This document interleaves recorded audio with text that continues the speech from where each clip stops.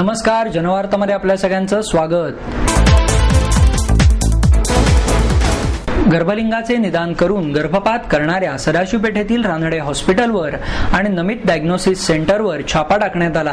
राज्य कुटुंब कल्याण विभागाच्या अधिकाऱ्यांनी रानडे हॉस्पिटल आणि नमित डायग्नोसिस सेंटरवर एकाच वेळी 28 जूनला संध्याकाळी 4 ते 5 च्या सुमारास टाकलेल्या या छाप्यात सोनोग्राफी मशीन आणि काही महत्त्वाची कागदपत्रे तसेच गर्भपात करण्याचा परवाना जप्त करण्यात आला। सदाशिव पेठेतील नागनाथ पाराजवळ डॉक्टर मकरंद रानडे यांचे रानडे हॉस्पिटल असून लक्ष्मी रस्त्यावर विजय चित्रपटगृहाजवळ रुपी बँकेच्या समोर डॉक्टर नीना मथरानी यांचे नमित डायग्नोसिस सेंटर आहे। जनवादी महिला संघटनेने स्ट्रिंग ऑपरेशन राबवून हे प्रकरण समोर आणले असून त्यांच्या सहकार्यानेच ही कारवाई करण्यात आल्याचे आरोग्य खात्याचे सहाय्यक संचालक डॉक्टर M.K. अहिवळे यांनी सांगितले। आरोग्य खात्याचे संचालक डॉक्टर सुरेश गुप्ता, महापालिकेच्या सहाय्यक आरोग्य अधिकारी डॉक्टर वैशाली जाधव यांच्यासह 7 ते 8 अधिकाऱ्यांनी ही कारवाई केली। रानडे हॉस्पिटलमध्ये गर्भलिंगाचे निदान करून गर्भपात केला जात असल्याची माहिती ससूनमधील सोफोसच्या माधुरी अभ्यंकर यांना मिळाली होती। त्यांनी ही बाब जनवादी महिला संघटनेच्या अध्यक्ष किरण मोघे यांना सांगितली। त्यानुसार संघटनेच्या वतीने 27 जूनला एक बनावट पेशंट दवाखान्यात पाठवण्यात आला। या महिलेची सोनोग्राफी करून मुलगा की मुलगी आहे त्याची तपासणी करण्याबाबत विचारणा करण्यात आल्यानंतर डॉक्टर रानडे यांनी 9,000 रुपये शुल्क सांगितले। त्यातील 200 रुपये कन्सल्टिंग फी असून बाकीची प्रत्यक्ष सोनोग्राफी करणाऱ्या केंद्रात द्यायची असल्याची त्यांना सांगण्यात आले। डॉक्टर रानडे यांच्याकडून एक पावती देण्यात आली आणि त्यांना नमित डायग्नोसिस सेंटरमध्ये जाण्यास सांगण्यात आले। तेथील रिपोर्ट आल्यावर गर्भपात करण्याचा निर्णय घेऊ असे डॉक्टर रानडे बोलले होते, अशी माहिती डॉक्टर अहिवळे यांनी दिली। सोनोग्राफी करून लिंगनिदान करण्यास कायद्याने बंदी घालण्यात आली आहे। ही बंदी कोणी मोडली तर संबंधितास 3 वर्षांपर्यंत सक्त मजुरी आणि 5,000 रुपयांपर्यंत दंड होऊ शकतो, असेही डॉक्टर अहिवळे यांनी सांगितले। महापालिकेच्या वॉर्ड क्रमांक 33च्या निवडणुकीत राष्ट्रवादीचे युसुफ पठाण विजयी झाले। युसुफ पठाण यांनी काँग्रेस पक्षाचे नितीन जगताप यांचा 142 मतांनी पराभव केला। मतदान आणि निकाल एकाच दिवशी अशी प्रक्रिया महापालिकेच्या इतिहासात प्रथमच घडली। राष्ट्रवादीचे विजयी उमेदवार पठाण यांना 1,561 तर काँग्रेसचे जगताप यांना 1,419 मते मिळाली। अपक्ष दत्तू धोत्रे यांना 1,288, भारतीय जनता पक्षाचे ज्ञानेश्वर शिंदे यांना 975 तर शिवसेनेचे तम्मा उर्फ राजू विटकर यांना 350 मते मिळाली। निवडणुकीत पोस्टाद्वारे कोणतेही मतदान झाले नाही। निवडणुकीच्या मतमोजणीला रात्री 9:15 वाजता प्रारंभ झाला आणि रात्री 11:30 वाजता निकाल जाहीर करण्यात आला। उपायुक्त ज्ञानेश्वर मोळक यांनी निवडणूक निर्णय अधिकारी म्हणून काम पाहिले। यावेळी उपायुक्त डॉक्टर प्रवीण अष्टीकर, क्षेत्रीय अधिकारी विजय लांडगे, जनसंपर्क अधिकारी संजय मोरे हे उपस्थित होते। पोटनिवडणुकीसाठीच्या मतदानाला 4 मतदान केंद्रांमधील 13 वर्ग खोल्यांमध्ये सकाळी 7:30 वाजता सुरुवात झाली। एकूण 12,557 मतदारांपैकी 5,593 जणांनी मतदान केले। मतदानाच्या 13 यंत्रांपैकी 12 यंत्रांमधील मोजणीत राष्ट्रवादीचे युसुफ पठाण यांनी 50 ते 100 मतांची आघाडी घेतली होती। फक्त एकाच फेरीत अपक्ष दत्तू धोत्रे यांना अल्पशी आघाडी मिळाली होती। मतमोजणी सुरू असताना केंद्र क्रमांक 7 मधील यंत्राला मागील बाजूस सील नसल्याचा मुद्दा उपस्थित करत शिवसेनेसह अन्य 3 उमेदवारांनी आणि त्यांच्या कार्यकर्त्यांनी जोरदार आक्षेप घेत मोजणीची प्रक्रिया थांबवली होती। रात्री 9 ते 11:15 पर्यंत हा वाद सुरू होता। अखेर प्रतिनिधींनी घेतलेला आक्षेप फेटाळण्यात आला आणि मतमोजणी मार्गी लागली। महापालिकेच्या 2007 मधील निवडणुकीत नितीन जगताप या वॉर्डमधून निवडून आले होते, मात्र 2 महिन्यांपूर्वी त्यांनी राजीनामा दिल्यामुळे रिक्त झालेल्या जागेसाठी पोटनिवडणूक घेण्यात आली। काँग्रेसने पुन्हा जगताप यांना उमेदवारी दिली होती, तर ही जागा निलेश निकम यांच्या नेतृत्वाखाली राष्ट्रवादी काँग्रेसचे अनेक नगरसेवक आणि कार्यकर्त्यांनी जिंकून आणायचीच यासाठी चंग बांधला होता। प्रथमपासूनच त्यांनी पठाण यांच्या यशासाठी नियोजनबद्ध प्रयत्न केले, त्यामुळे पठाण या चुरशीच्या लढतीत विजयी झाले। 16 ऑगस्ट पासून आंदोलन करण्यावर आपण ठाम असून केंद्राने जंतर मंतरवर परवानगी नाकारल्यास जेलमधून आंदोलन करू असा इशारा ज्येष्ठ समाजसेवक अण्णा हजारे यांनी दिला. पुणे श्रमिक पत्रकार संघाच्या वतीने आयोजित केलेल्या वार्तालाप कार्यक्रमात अण्णा बोलत होते. अण्णा बाबांपासून आपण 4 हात दूरच असतो अशा शब्दात केंद्रीय कृषी मंत्री शरद पवार यांनी हजारे यांच्या आंदोलनावर टिप्पणी केली होती. त्यावर भाष्य करताना अण्णा म्हणाले, शरद पवार हे दूर आहेत, ही माझ्यासाठी चांगली गोष्ट आहे. ते माझ्याजवळ आले नाहीत, त्यामुळे मी सध्या काहीतरी करू शकतोय. लोकपाल विधेयकासंदर्भात भूमिका स्पष्ट करण्यासाठी 29 जून 2011 पासून दिल्लीत भाजपसह सर्व विरोधी पक्षांच्या नेत्यांच्या आपण भेटी घेणार आहोत. रामदेव बाबा यांच्या आंदोलनाप्रमाणे अण्णांचे आंदोलनही चिरडून टाकण्याची भाषा केंद्र सरकारकडून केली जात आहे. याबाबत हजारे म्हणाले, आम्ही जंतर मंतरवर उपोषणास बसण्याचा निर्णय घेतला आहे. तेथे परवानगी नाकारली जाणार, 144 कलम लावले जाणार हे आम्हाला अपेक्षितच आहे. तेथे परवानगी नाकारली तर मग आम्ही राजघाटवर बसू आणि शेवटी तेथेही बसू दिले नाही तर तुरुंगात जाऊन आंदोलन करू. तेथे आम्हाला आंदोलन करण्यापासून कोणीही रोखू शकत नाही. या सरकारलाच खरी लोकशाही समजलेली नाही. आंदोलन चिरडून टाकण्याची भाषा करणे याचाच अर्थ या सरकारला भ्रष्टाचार संपवायचा नाही. रामदेव बाबा आणि अण्णा स्वतःसाठी काहीही मागत नाहीत. त्यामुळे रामदेव बाबांच्या आंदोलनावर काठी चालवली, माझ्यावर गोळ्या चालवा, देशहितासाठी त्या गोळ्या खाण्याची माझी तयारी आहे असा पुनरुच्चार त्यांनी केला. आमच्या मागण्यांबाबत आम्ही ठाम आहोत. त्यासाठी देशभर दौराही करणार आहोत. याचाच एक भाग म्हणून 29 जून पासून सर्व विरोधी पक्षांच्या नेत्यांना भेटणार आहोत.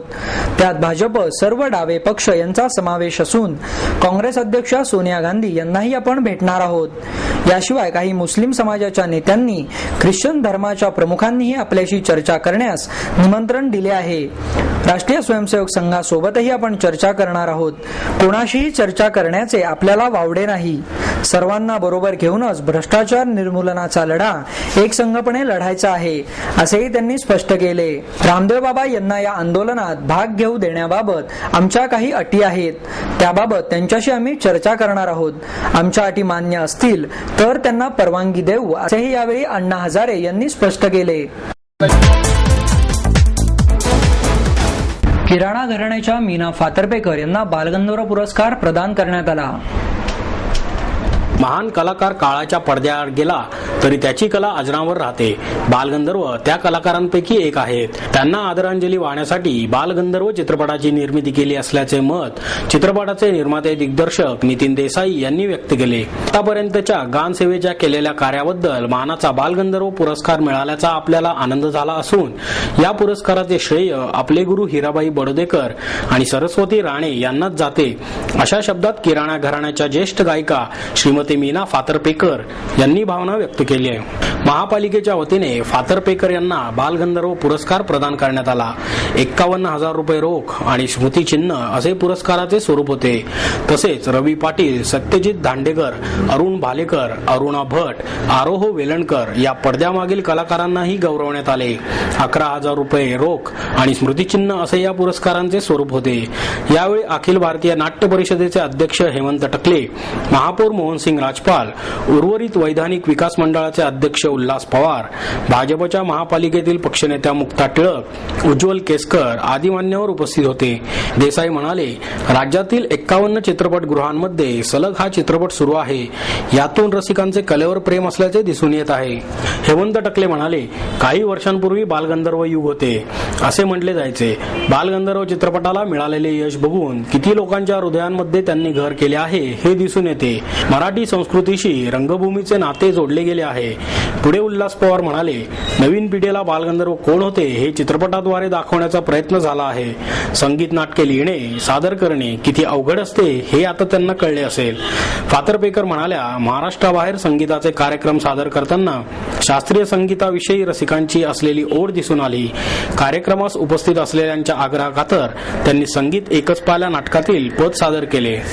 बालगंधर्व रंगमंदिरातील व्हीआयपी कक्षाचे उद्घाटन यावेळी उपस्थितांच्या हस्ते करण्यात आले. प्रास्ताविक महापौर मोहनसिंग राजपाल यांनी केले.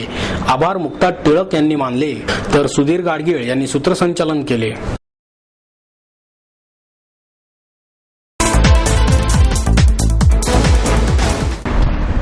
बेकायदेशीरित्या गर्भलिंग तपासणीच्या मुद्द्यावरून महापालिकेच्या सर्वसाधारण सभेत नगरसेवकांनी आरोग्य विभागाची खरडपट्टी काढली.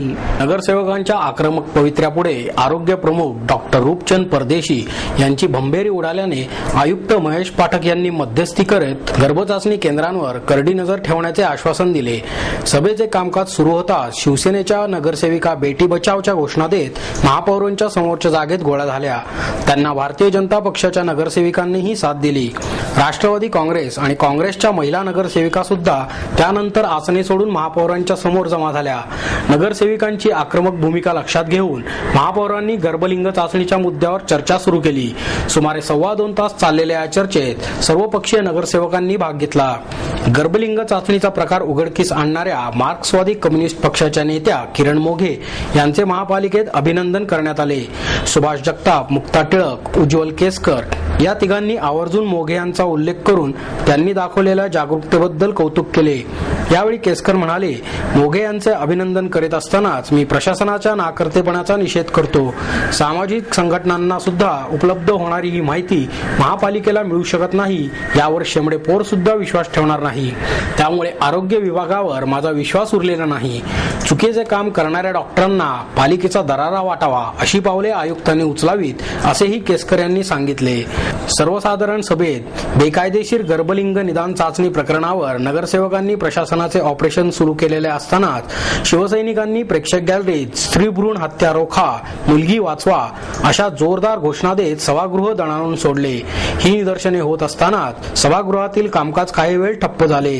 शहर उपप्रमुख राजेंद्र शिंदे, कसबा विभाग प्रमुख मिलिंद काची, संतोष भुतकर, बाळा ओसवाल, महिला आघाडीच्या राधिका हरिश्चंद्रे, जयश्री धनगे, विजय सूर्यवंशी आदी शिवसैनिक यावेळी उपस्थित होते.